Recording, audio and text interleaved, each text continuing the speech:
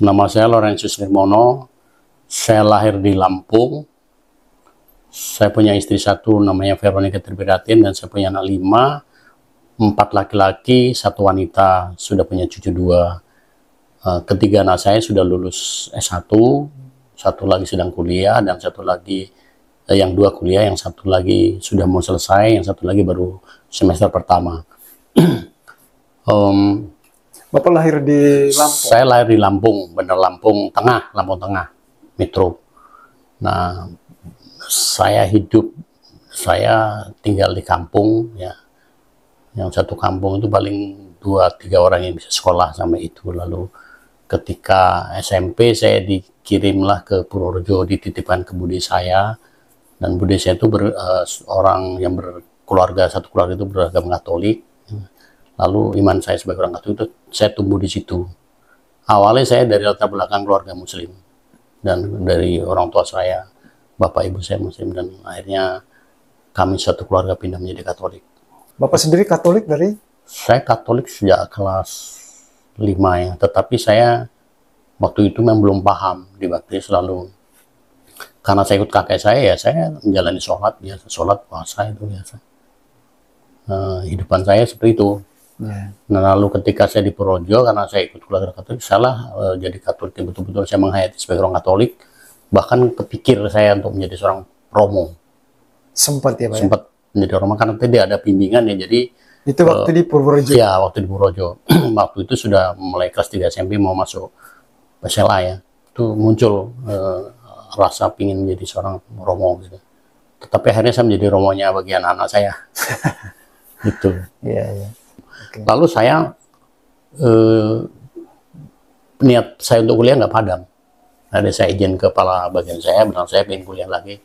Mungkin saya dikasih masuk malam terus, nggak apa-apa, saya pagi kuliah, atau saya dikasih masuk malam terus, pagi kuliah gitu. Akhirnya diizinin oleh, waktu itu saya terakhir waktu mau kuliah itu saya di Majalah Jakarta pernah ada dulu namanya. Yeah. Majalah Jakarta. Pemimpin redaksi namanya Mas Budiarto Danujaya, itu yang mendorong saya untuk kuliah, sama Mas Seno Gugri Aji Dharma yang seorang budayawan, itu dorong saya kuliah. Dia support habis ke saya, dan teman-teman saya lah banyak di Majalah Jakarta itu, para wartawan itu support saya. Karena ada lagi Y. Adi Prasetyo yang pernah terakhir lalu diminta menjadi marketing di Kompas sampai saya pensiun tahun 2023 itu. Marketing di Kompas, Kompas Gramedia ya, Pak ya? Marketing, lalu saya pegang event di terakhirnya. Kalau ada event-event, saya biasanya mencari pelanggan dan ya mencari pelanggan. Yeah. Kompas, pelanggan Kompas. Kompas banyak program pelanggan yang luar biasa tuh. Yeah. Ya, itu setelah saya pensiun, saya didorong-dorong oleh pengurus koperasi CU Sanjos Mitra Sejati ya. Sekarang udah menjadi milik publik lah gitu. Di sekolahin khusus manajer koperasi. Lalu saya diminta menangani koperasi sekarang di manajemennya gitu. Dan saya harus tetap belajar dan belajar, karena CU itu sungguh sesuatu yang kompleks ya. Kalau kita nggak mau belajar ya kita akan tereliminasi gitu. Yeah. Gitu. Teraliansi lah, teraliansi namanya. Teralienasi ya. Iya, karena lalu kita usang kalau kita nggak mau belajar seperti itu. Pak, sebelum lanjut, kalau saya tidak salah, Bapak ini kan mantan petinju ya? Ya. Kemudian dulu anak jalanan juga ya Pak? Betul. Ya? Boleh diceritakan? Ya, saya menjadi anak jalanan itu sejak SMP ya. Jadi hidup saya di antara teman-teman yang hanya saya memegang kekuatan nasihat bapak saya gitu. Kamu boleh bergaul dengan siapa saja, tetapi kamu harus menjadi dirimu sendiri. Misalnya gini, kamu bergaul dengan perampok ya, kamu harus jadi dirimu sendiri, nggak harus jadi perampok. Kamu bergaul dengan peminum, bergaul dengan penjudi, ya kamu harus jadi dirimu sendiri. Nah, itu yang menguatkan saya. Jadi teman saya di antara para pencoleng gitu, pencopet, begal gitu, di satu base camp gitu. Tapi saya tidak lakukan itu. Saya lebih suka jadi tanda kutip calo, misalnya bus antar kota itu. Nah, saya naik ke penumpang, saya minta dari situ. Itu saya lakukan. Itu ya. Waktu di mana, Bapak? Waktu di Lampung. SMP saya. SMP udah lakukan itu. Ya. Teman-teman saya ya di atas saya semua usianya gitu. Tetapi itu. Nah, ya akhirnya saya dikirim ke Purworejo itu ya. Jadi itu yang menyebabkan bapak atau ibu mengirim bapak ke. Ya, karena saya jarang pulang. Sekolah pun sudah tidak saya. Tapi sekolah lulus Pak ya, SMP-nya. SMP kelas 2 saya keluar.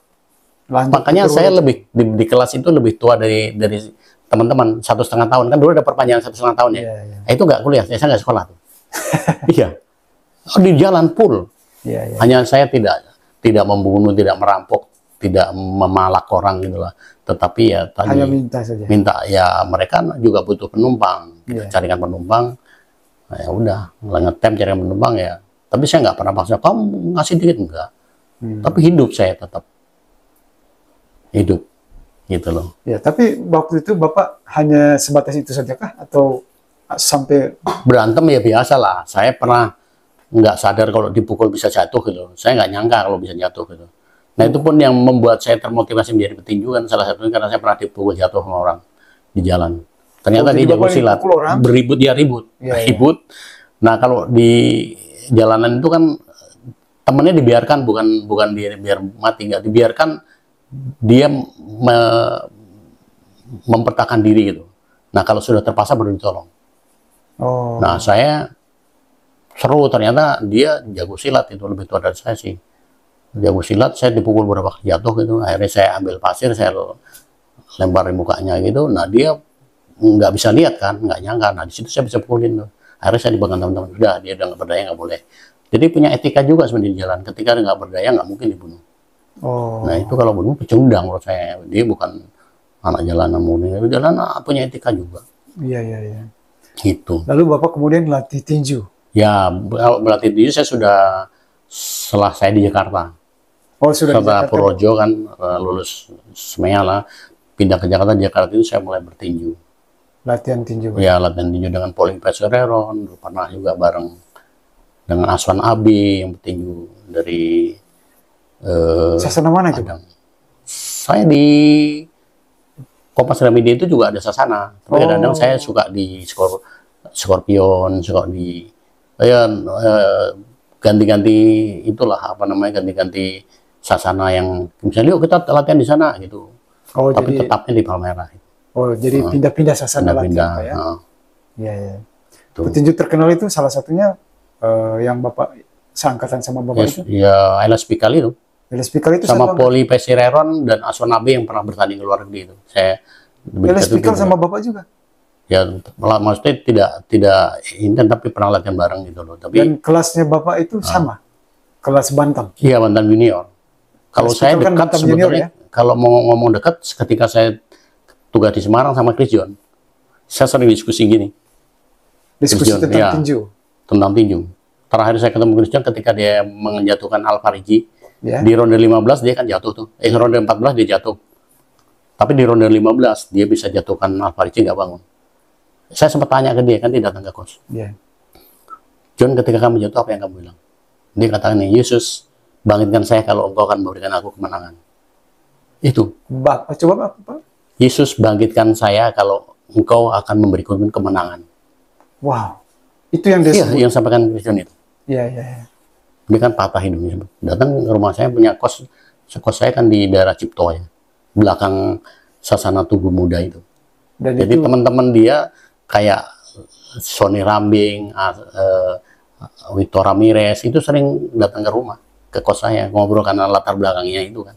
ya, ya. Diskusi tentang tinju. Dan tinju ini tidak spesies, bapak tidak fokus ke situ ya?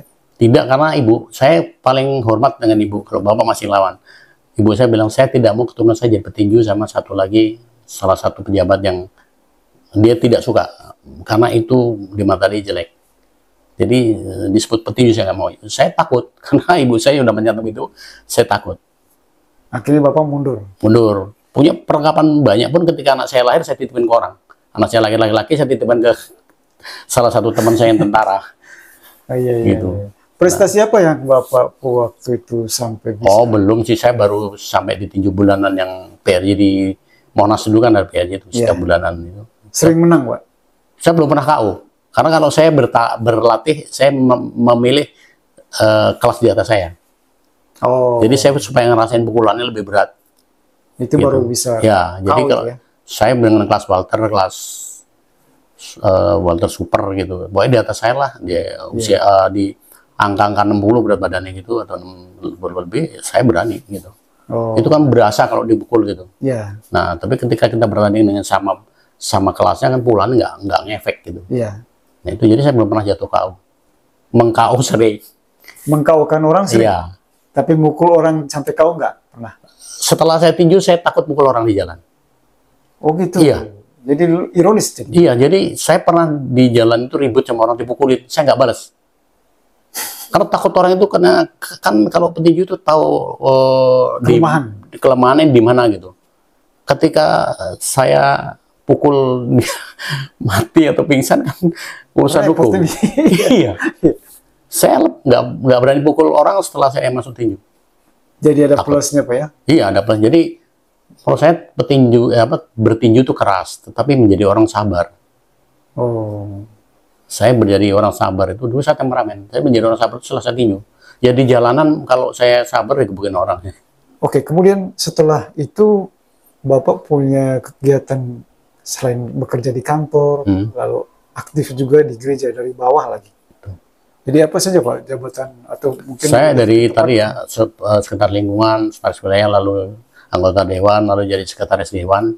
2 periode kan stop, nggak boleh melanjutkan. Lalu 12 tahun kemudian saya dicalonin lagi, diterima lagi tahun 2003 kalau nggak salah, jadi dewan yang periode ketiga jadinya. Setelah 12 tahun, lalu periode berikutnya saya dijadikan sekretaris lagi, sekretaris pertama sekretaris 2, lalu sekretaris 1. Nah itu yang keempat. Lalu berikutnya saya tidak pernah berhenti jadi pelayan. Jadi ketika saya mau menjauh, sepertinya Tuhan menarik saya.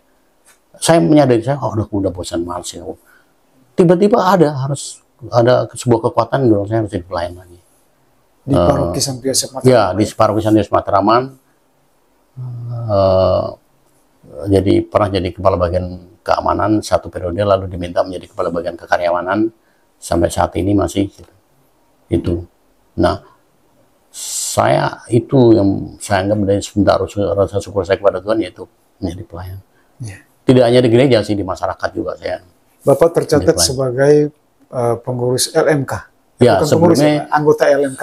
sebelumnya saya FKDM, sekretaris FKDM Kelurahan Palmeriam. Lalu waktu itu ada pencalonan LMK, lalu didorong lah oleh rekan-rekan, lalu saya udah maju aja gitu. Saya mencalonkan diri sebagai LMK dan kepilih LMK dulu, lalu di Palmeriam menjadi wakil ketua LMK sampai sekarang. Itu juga saya pernah menjadi ketua Mitra Jaya. Mitra Jaya itu ormas binaan Koramil. Oke. Ya, di situ juga saya lalu diminta menjadi panitia pembangunan Masjid Baitur Rahim. Terus diminta bantu DKM-nya di humasnya saya waktu itu. Tapi ya belakangan ini karena kesibukan saya kurang aktif. Gitu.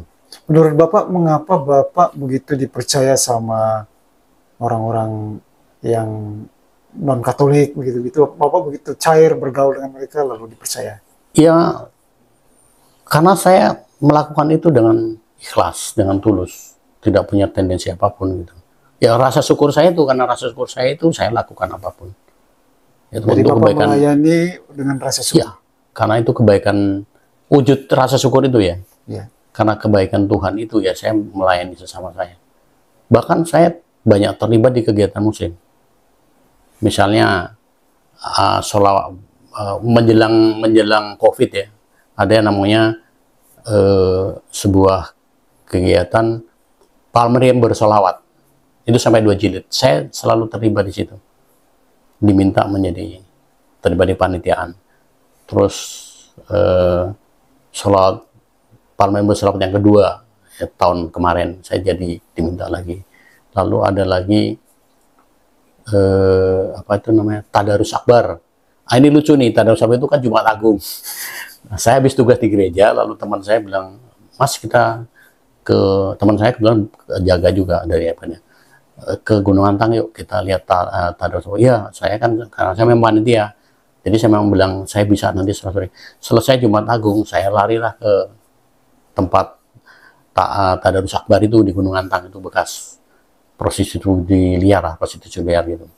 Nah, lalu ada satu kolega saya telepon, Pak Ned, boleh saya ganggu? Masih di gereja? Oh, enggak, saya sudah pindah. Duh, kok itu dengar ceramah ya? Bukannya Bapak kata, iya saya Katolik. Ini, iya saya jadi panitia Tados Akbar. Oh, beda channel. Iya, saya bilang, kehidupan saya memang seperti ini. Kaget dia. Habis dari gereja Jumat Agung, saya pindah ke Tados Akbar. Itu. Gitu loh. Lalu ya, saya pikir itu bagian apa ya, membagi rahmat lah, membagi rahmat. Bahkan di tahun 90 berapa tuh saya pernah ditunjuk oleh bos saya menjadi MC Safari Ramadan Jabodetabek. Di kantor itu. Iya, nah saya pindah-pindah masjid gitu kan. Lalu ustadznya ini agak curiga ke saya, kok nggak pernah ngomong Bismillah gitu ya.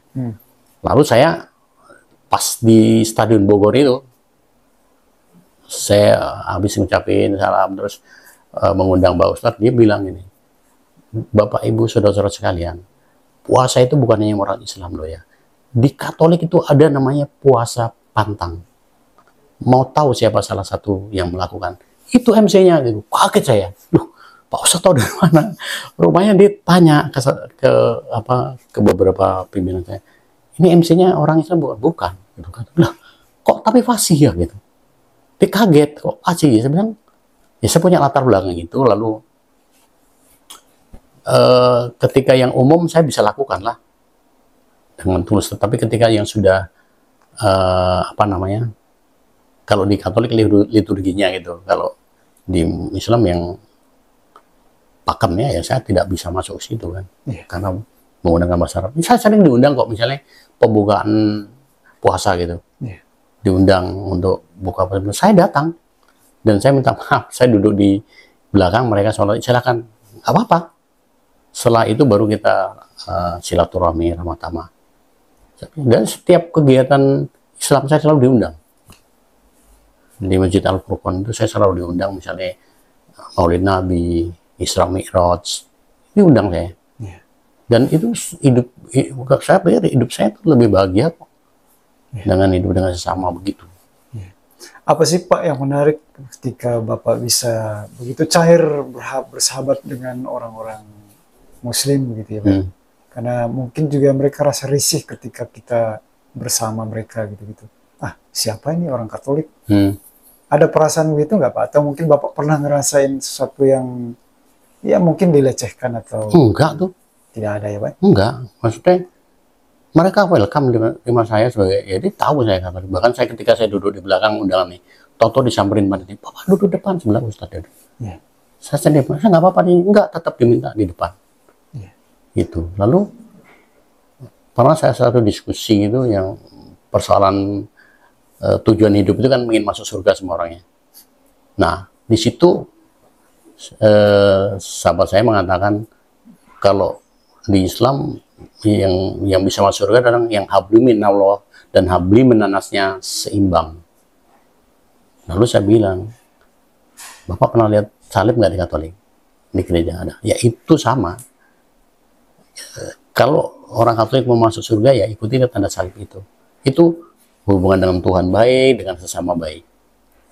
Nah, percuma hubungan dengan Tuhan baik tapi dengan sesama tidak. Saya lihat orang mau meninggal laparan nggak dikasih makan gitu. Oh iya, jadi hablum minallah dan hablum minannas itu kalau di Katolik salib. Itu. Nah, saya jadi sahabat banget dengan orang sahabat saya ini ya karena ketemu kesamaan. Oh, ternyata hanya beda caranya gitu. Tetapi tujuannya sama. Ya kalau Islam bahasa Arab. Ya. Saya dulu waktu sholat juga bahasa Arab gitu. Tetapi itu bisa ketemu untuk yang hablum minannasnya. Kalau yang hubungan Tuhan kan ya hanya saya dengan Tuhan. Tidak siapa pun yang bisa mengubah saya kan. Kalau saya baik di mata Tuhan ya saya baik, kalau jelek ya nggak ada orang yang bisa belain saya gitu. Ya hanya saya dan Tuhan yang sangat tahu, yang maha tahu gitu.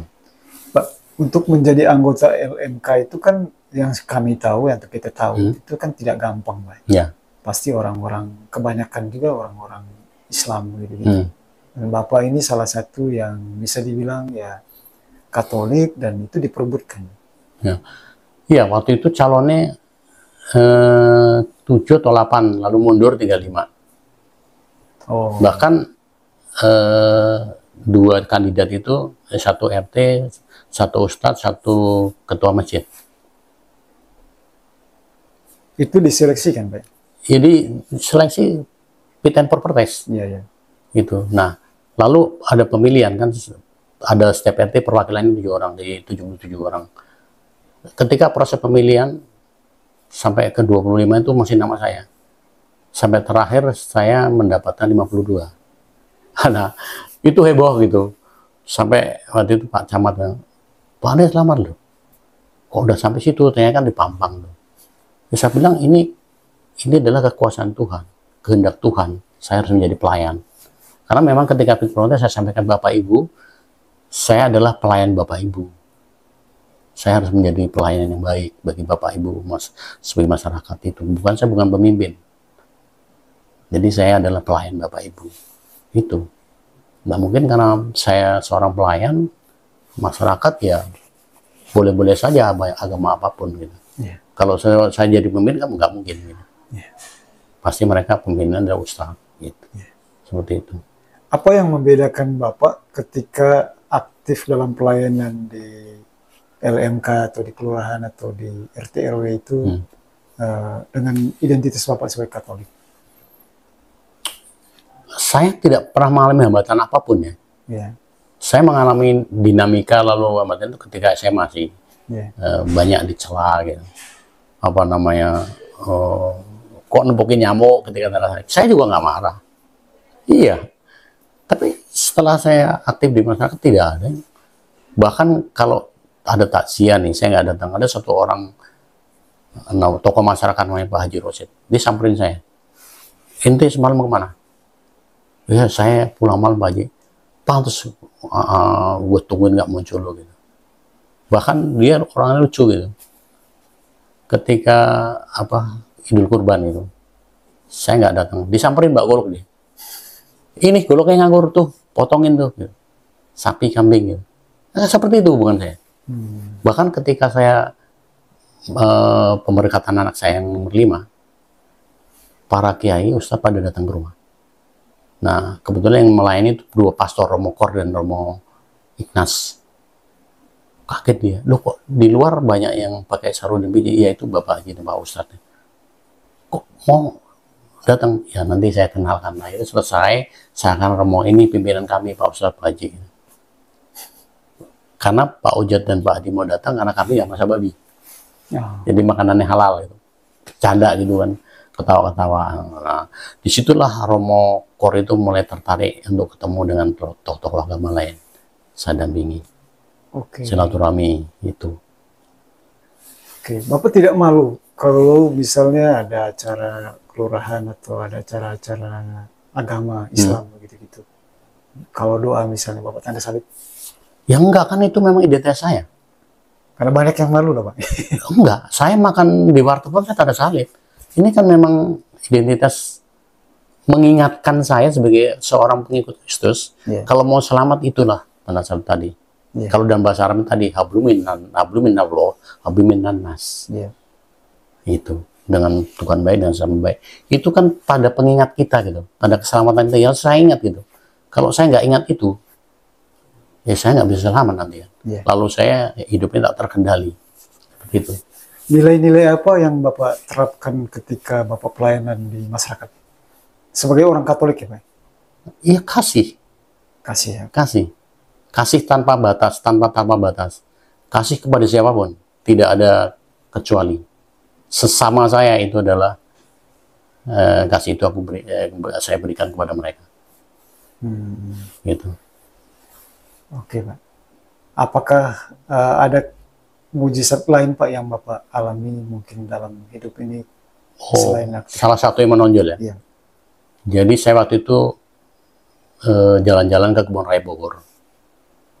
Saya dikejar anak cewek, pegang kaki saya, Pak tolong saya Pak. Dia itu mau diperkosa 5 orang.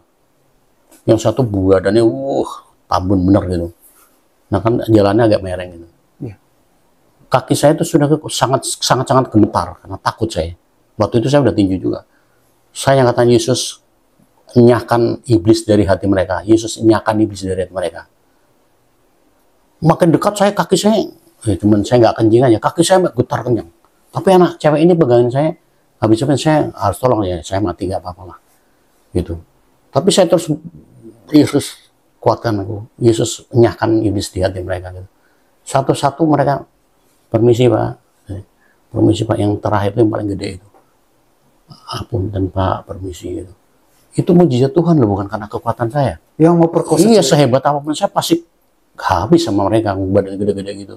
Saya kan waktu itu ya 52 kilo berapa. Itu yang saya bilang mujizat Tuhan itu. Perempuan ini mau diperkosa. Iya, ternyata dia tukang tikar.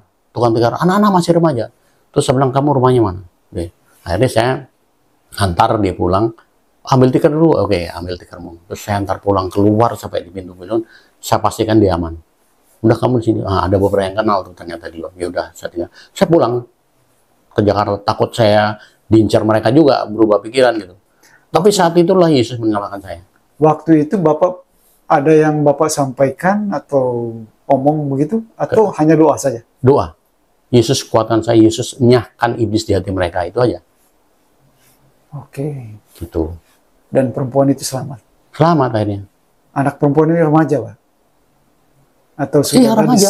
Belum, masih ya, kayak di bawah umur gitulah. Wow. Tukang tikar ternyata. Gitu. Kalau ngomong mujizat dalam hidup saya itu banyak hal. Banyak hal. Tuhan tuh menyelamatkan saya itu banyak hal. Ketika saya kecelakaan di Lampung gitu. Iya. Mobil hancur, saya hidup. Itu bukan karena kehebatan saya, tapi kemurahan Tuhan.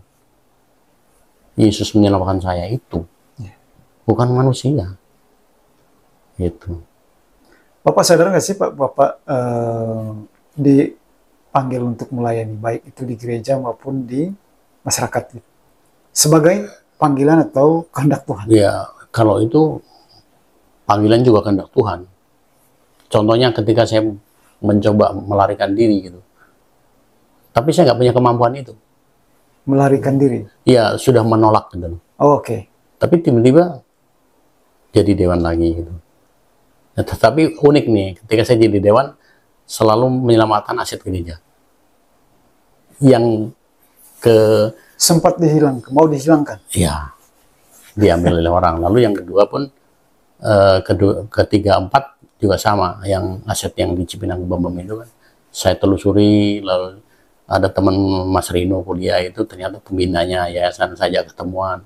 Disitulah akhirnya mereka kembalikan. Jadi aset gereja kembali semua. Itu. Bapak selamatkan itu? Ya, akhirnya dengan tim. Tapi awalnya saya menelusuri itu. Karena dapat informasi dari Mas Rino itu. Yang teman kuliah ambil S2 kan ya. Oh ini ada Pak, saya kenal namanya ini. Pembinanya dia ajak ketemu ngobrol. Ini pun tanah gereja, ya bagaimana caranya. Mau dilanjut atau mau ini. Kalau dilanjut kita buat perjanjian bahwa ini saya pinjam gitu loh. Tidak ada kejelasan. Karena nanti jadi milik orang lain gitu.